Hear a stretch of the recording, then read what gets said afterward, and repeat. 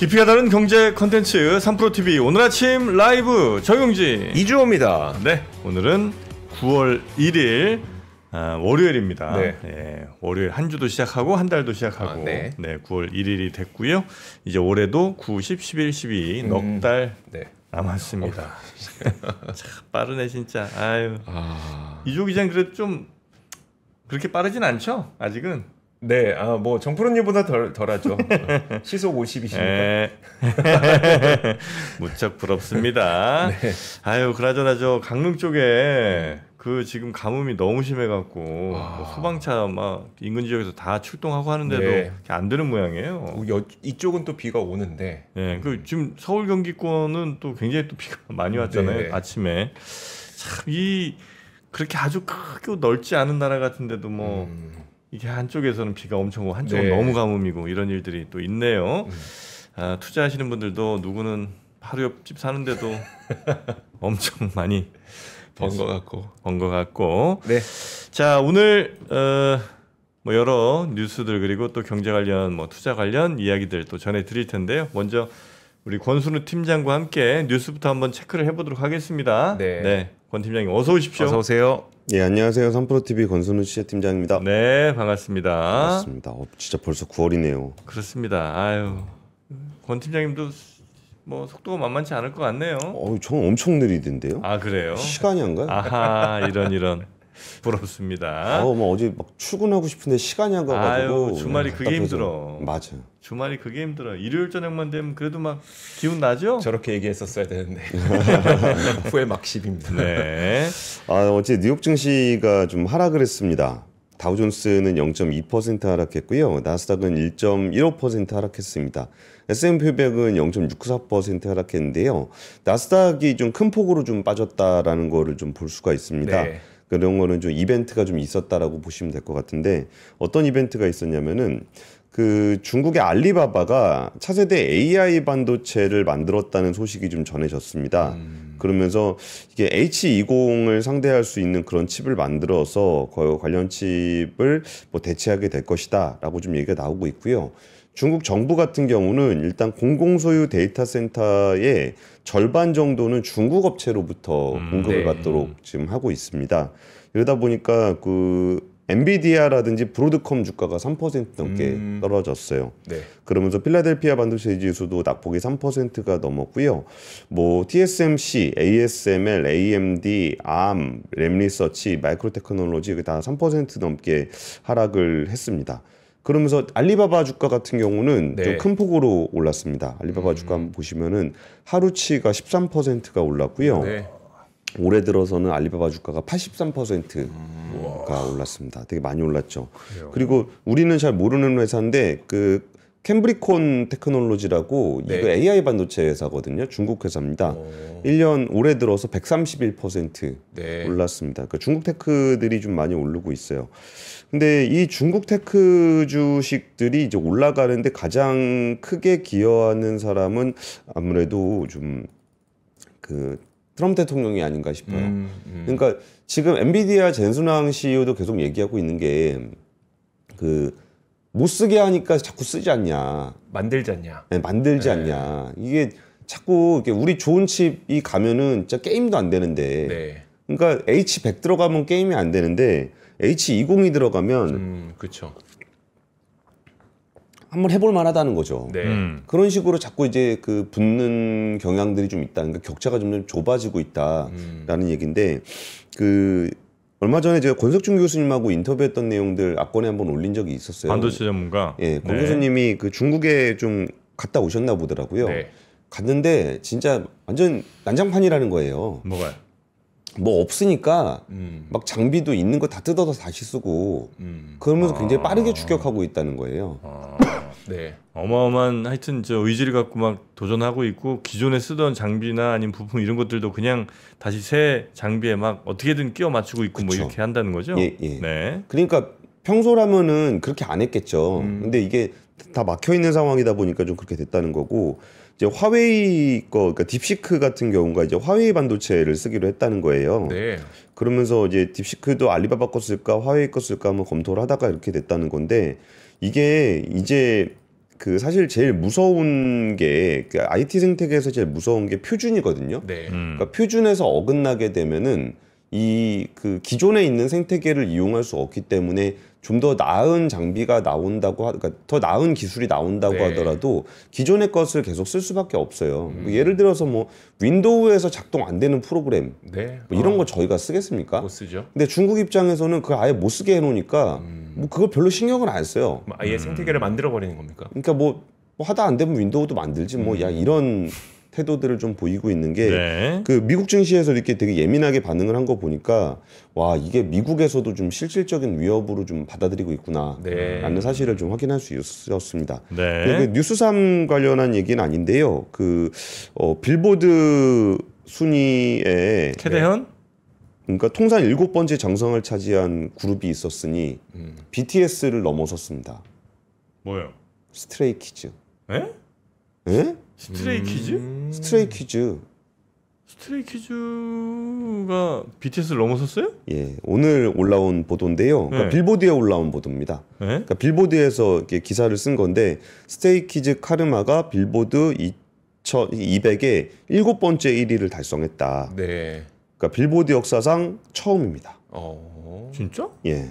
BTS가 6번까지 했었거든요. 네. 근데 이번에 스테이키즈가 7번째 하면서 그러니까 이 빌보드 200 순위는 앨범하고 이런 거 다 집계를 통합해서 하는 거예요. 그러니까 앨범 판매량을 환산한 수치, 뭐 디지털 음원 다운로드, 앨범 판매량 이런 거 다 더해가지고 앨범 유닛으로 순위를 매기는데 그 캐대언이 뭐 인기가 좋죠. 네.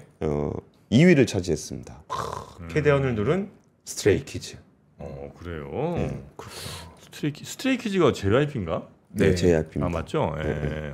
JYP. 그러니까 우리가 이제 캐대언이 우리한테 없다고 해서 우리 네. 게 아니라고 해서 아쉬워하실 필요는 없습니다. 네. 그리고 지금 캐대언 때문에 검색어 키워드 엄청 올라가고 있는 게 신라면. 농심. 신라면이 거기 많이 나와요. 뭐 그건 모르겠는데 신라면이라고는 안 나오던데. 신라면이라고는 안 나오는데 그러니까 가스를 의미하는 신자가 나온대요. 아 캐대현에는 네, 네. 아 그래요. 그렇게 신라면이라고 써 있다고 하더라고요. 아 알겠습니다. 여튼 근데 의외로 저는 이게 좀 의미가 있다라고 보는 게 그 신라면, 그러니까 농심 같은 경우는 해외 진출을 생각보다 많이 해 있어요. 그러니까 외국 사람들이 한번 먹어보고 싶다 그러면 네. 금방 구할 수 있습니다. 해외 직구 안 해도 됩니다. 그렇죠. 그러니까 이게 좀 기존에 깔아놔야 그래야 뭐가 좀 물 들어왔을 때 노를 젓는 거지. 네. 그러니까 물 들어오기 시작하면서부터 노를 저으면 좀 느립니다. 그래서- 유통 같은 거를 농심이 그래도 꽤 많이 구축을 좀 해놨군요. 그렇죠. 네. 그러니까 우리나라에서 제일 부족한 게 그겁니다. 뭐. 유통. 아 그래요. 글로벌 유통이 잘 안 됩니다. 콘텐츠 유통도 우리가 안 하잖아요. 맞아요. 그래서 그런 부분들을 좀 보완을 좀 해야 될 것 같습니다. 네. 그 첫 번째 뉴스는요. 또럼프. 왜 또 뭐 왜요? 반도체 장비 중국 공장에다 넣지 말라고 네. 미국 정부가 삼성전자와 SK하이닉스 중국 공장의 장비 반입을 이제 일일이 검증을 받아라 이렇게 됐습니다. 미국 상무부 산업안보국이 검증된 최종 사용자 명단에서 검증된 최종 사용자 명단이라는 거는 미국 장비가 중국으로 이렇게 들어가게 되면은 네. 거기서 물건을 받아서 쓰는 사람이 누군지를 검증된 사람이라면 그러면 이걸 보내는 거를 특별히 체크를 하지 않아도 됩니다. 네. 그리고 이게 검증이 안 된 사람이 아니라면 갈 때마다 점검을 받아야 돼요. 네. 근데 우리나라 같은 경우는 삼성전자하고 하이닉스가 검증된 최종 사용자 VEU 명단에 올라 있었습니다. 네. 근데 거기에 세 군데가 있었는데 왜 세 군데냐면은 인텔 낸드 공장을 하이닉스가 인수를 했잖아요. 네. 그래갖고 삼성전자 공장이 있고 SK하이닉스 공장이 있고 인텔 공장은 하이닉스 겁니다. 네. 요 세 개가 있었는데 이번에 제외한다라고 음. 발표를 했습니다. 그러니까 중국의 삼성은 낸드 플래시 물량의 35%를 중국에서 만들고요. 네. SK하이닉스는 디램 생산량의 40%를 중국에서 만듭니다. 근데 이렇게 되면은 그 어플라이드 머티리얼즈라든지 램리서치 같은 미국 반도체 네. 장비 회사들의 장비가 반입을 못하게 되는 겁니다. 네. 근데 여기가 독점 장비예요. 음. 대체가 불가능합니다. 네. 그래가지고 이제는 앞으로는 업그레이드를 못하게 되는 구형 반도체를 만들어야 되는 상황이 될 겁니다. 뭐 지금은 신형이겠죠. 예, 내년이 되고 내후년이 되면은 이제 구형이 되는 그런 상황이 됩니다. 그러면은 중국에서 한번 생각을 해보세요. 아까 전에 H20이 가니까 경쟁이 된다라고 말씀을 드렸잖아요. 근데 지금은 삼성전자 하이닉스의 반도체가 압도적으로 좋기 때문에 중국 애들이 굳이 반도체를 쓰더라도 아쉬운 마음으로 써야 돼요. 근데 이제 앞으로 거기서 구형 반도체를 팔기 시작하면은 중국의 메모리 반도체를 더 키워주는 효과가 있을 겁니다. 그리고 TSMC는 이번에 빠졌어요. 네. 그건 왜 그런지 모르겠습니다. 그러니까 TSMC 같은 경우는 그 장비 많이 허가 대상이 되는 VEU에 그냥 계속 리스팅이 돼 있습니다. 그러면서 그 미국 상무부는 뭐라 그랬냐면 소수 외국 기업이 반도체 장비와 기술을 중국에 허가 없이 수출할 수 있었던 바이든 시대의 허점을 메웠다라고 좀 얘기를 했습니다. 네. 바이든 시대의 허점이 아니고 바이든 정부하고 협의를 해서 얻어낸 거잖아요. 그 당시에 이거 원래 안 돼 있었다가 우리나라하고 국가 대 국가로 협의를 해가지고 이거 넣어준 거였잖아요. 근데 이번에 그냥 또 빠졌습니다. 네. 그때 기억이 그 중국 공장, 그러니까 한국 반도체 중국 공장이 운영을 못할 뻔하다가 방금 말씀하셨던 것처럼 우리가 얻어내서 계속 할 수 있게 됐는데 그때 시안 같은 게 따로 없었었나요? 없었습니다. 그러니까 그런 거 따로 없었는데 이번에 그냥 뺀 거예요. 그리고서 그게 허점이라고 표현을 해도 되는 건지 모르겠어요. 아니 나라가 협의를 해가지고 이걸 지정을 한 건데 그게 어떻게 허점입니까? 이거는 국가 간의 약속을 어긴 거죠. 그리고서 이제 우리나라도 오늘 좀 데미지가 있지 않을까 싶습니다. 네. 자, 하여튼 반도체 관련된 미국의 또 태클이 또 들어왔다는 게 첫 번째 뉴스고요. 두 번째 뉴스도 가보겠습니다. 예, 두 번째 뉴스는 중국이 이제 한 며칠간은 그 글로벌 외신 보도에 중국 얘기가 좀 많이 나올 것 같아요. 예, 두 가지 행사가 있는데 하나는 그 전승절 행사가 있고요. 그리고 이제 상하이 협력기구 행사가 있습니다. 지금 8월 31일부터 9월 1일까지니까 오늘까지 텐진에서 중국 주도의 상하이 협력기구 정상회의가 있습니다. 그래서 상하이 정상회의에는 여기에는 되게 참석들을 많이 했습니다. 뭐 이집트 총리도 참석하고 뭐 터키 대통령 뭐 거기에 뭐 모디 총리, 그 이란 대통령, 푸틴 대통령 이런 분들 다들 참석을 좀 해서 여기에 뭐 대외적으로 뭐 좀 협력 관계들을 많이 보여주고 있는데요. 이 부분들은 아무래도 이게 중국이 지금 이제 상하이 협력 기구는 원래 약간 좀 마이너리그였었잖아요. 그리고 이제 1대1로 국가들이라든지 이런 국가들이 많이 모여 있었는데 대부분 이름들을 보시면은 이제 미국으로부터 좀 소외돼 있는 아니면 적대적인 그런 나라들입니다. 그러다 보니까 아무래도 지금 미국이 전 세계적으로 관세 폭탄을 막 던지고 있는 상황이기 때문에 오히려 이쪽을 중심으로 협력하는 모습들을 좀 보이고 있어요. 그리고 이제 전승절 행사를 하는데 전승절 행사에는 이제 푸틴 그리고 이제 김정은 그때 참석하냐고 정프로님 물어보셨었잖아요. 네네네. 그때까지는 공식 확인은 안 되고 있었는데 참석하는 걸로 이제 공식 확인이 됐습니다. 그래서 좌푸틴 우정은 뭐 이렇게 된다면서요? 예, 그렇게 되는 모습입니다. 시진핑 가운데 있고. 예. 야, 근데 북한이 바로 옆에 앉을 정도까지 올라왔나? 그 근데, 정도로 중요하다는 얘기인가? 근데 요 상황을 이렇게 보니까 자세히 보시면 미묘해요. 이게 상하이 협력기구에는 많이들 참석을 합니다. 근데 이 전승절 행사에는 끼냐 안 끼냐가 좀 갈려요. 그러겠네요. 그러니까 모디 총리 이런 사람은 전승절은 안 갑니다. 예, 전승절은 약간 그 군사적인 부분들을 자랑하는 거잖아요. 근데 사실 모디 총리 입장에서는 그러니까 인도하고 중국은 적대국입니다. 그렇죠. 그 국경을 중심으로 해가지고 뭐 싸워가지고 사람도 죽고 뭐 그랬던 국가이기 때문에 적대 국가인데 지금 인도도 지금 미국으로부터 한 50% 관세를 받고 있는 상황이잖아요. 그런 차원에서의 협력 그리고 이 상하이 협력 기구는 경제 행사이기 때문에 여기서 조금 더 좀 협의를 하는 모습들이 상대적으로 덜 부담스럽습니다. 그리고 이란 대통령 같은 경우도 그 상하이 협력 기구 행사는 참석을 하는데 전승절하는가요? 이게 정확하게 제가 파악을 잘 못하고 있는 것 같으네요.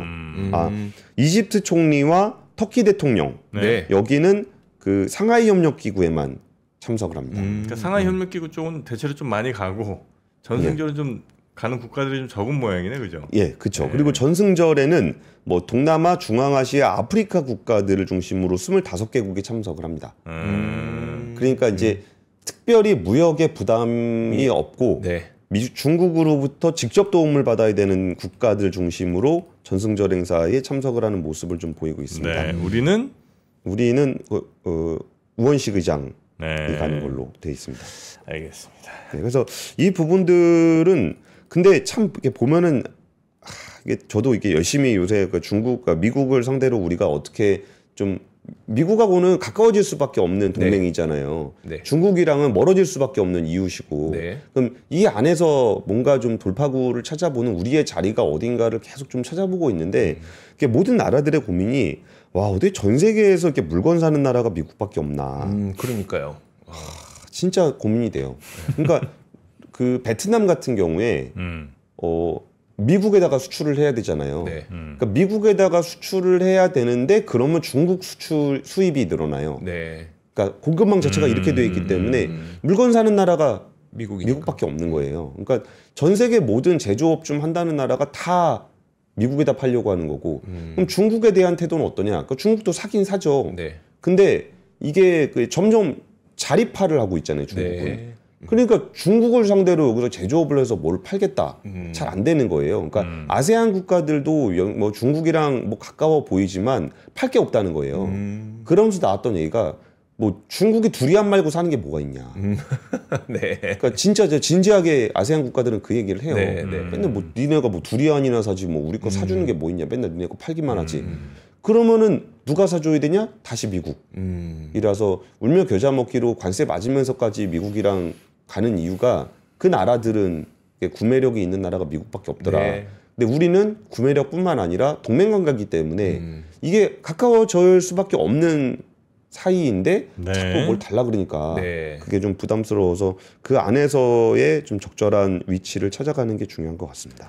네. 자, 그리고 세 번째 뉴스도 가보겠습니다. 세 번째 뉴스는 이 리튬 가격이 조금 올라오고 있어요. 근데 리튬 가격이 조금 올라오면서 우리나라 배터리 회사들도 이제 좀 바닥을 친 거 아니겠냐라는 기대가 조금은 올라오고 있는 상황입니다. 근데 리튬 가격이라는 게 이제 내려가면 안 좋고 올라가면 좋고 그렇게 시장에선 인식을 하고 있거든요. 네. 근데 사실 제가 업계를 취재를 해보면 그렇지는 않아요. 이게 하향 안정되는 걸 제일 좋아하긴 합니다. 일단 싸야지. 원자료가 싸야 되는 거죠. 그렇죠. 네. 원재료가 좀 싸야 나중에 최종 제품도 좀 싸야 그 전기차가 보급이 많이 될 수 있으니까 뭐 그런 측면이 있는데 이게 내려가는 추세는 좀 부담스러워요. 왜냐하면 이전에 산 걸 좀 비싸게 샀기 때문에 내려가고 있는 추세면은 이게 더 내려가 버리면은 네. 지금 사는 것도 나중에 비싸게 산 게 되잖아요. 그래서 장부상 손실로 잡혀가지고 이게 하향 안정되는 거를 좀 좋아하는 그런 상황입니다. 근데 지금 그 킬로그램당 한 79위안 뭐 그 정도 내려오기가 80위안 뭐 같이 보시면은 여기가 80위안이거든요. 여기 한 60위안 정도까지 떨어졌다가 다시 80위안 정도 선까지 올라와 있는데 대략적으로 한 80위안 정도를 선호한다고 해요. 네. 이 정도에서 안정되는 게 좀 좋겠다라는 기대가 좀 있습니다. 근데 이게 좀 하향 안정 추세로 갈 수 있었던 거는 CATL 같은 경우에 리튬 광산 한 3개월 동안 좀 중단을 했어요. 네. 근데 이것도 별로 우리 시장에서 관심은 없으실 겁니다. 우리 시장의 제 관심사는 지금 미국을 상대로 하는 조방원이기 때문에 네. 별로 관심은 없으실 건데 요새 중국이 구조조정한다 그래가지고 석유화학이라든지 리튬이라든지 이런 데 공급을 굉장히 좀 타이트하게 관리를 하고 있습니다. 네. 그래서 알게 모르게 지금 그 화학회사들 주가가 좀 올랐을 거예요. 제가 최근에 보진 않았는데 그냥 네. 올랐을 거라고 생각은 들거든요. 볼게요. 네. 일단 대표적으로 뭐 그 롯데케미칼 같은 그래, 요거 보세요. 여기 네. 여기 반짝 오르는 거 있죠. 반짝.